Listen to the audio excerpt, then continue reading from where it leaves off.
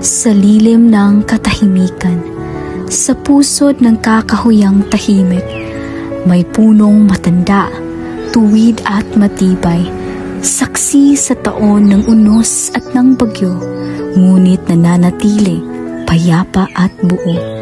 Doon nagtatago ang isang babaeng luhaan, iniiwasan ang mundo, sugatan ang kalooban. Sa lilim ng puno, siya'y nakahimlay, hinahanap ang kapayapaang taglay ng halakhak ng kahapon. Dahan-dahan ang hangin ay humaplos, parang yakap ng isang inang malambot. Dahon ay bumubulong, walang laging gabi, at ang tahimik na gubat ay tila nagsilbing saksi. Araw-araw siya'y bumalik sa kakahuyan, hanggang ang luhay napalitan ng ngitian. Sa gitna ng katahimikan, puso'y gumaling.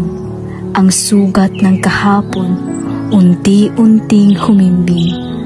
Doon, siya'y natutunan ang kapayapa ay likas, hindi lang sa mundo, kundi sa sariling landas. Ang puno'y di lang puno, kundi kaibigang totoo.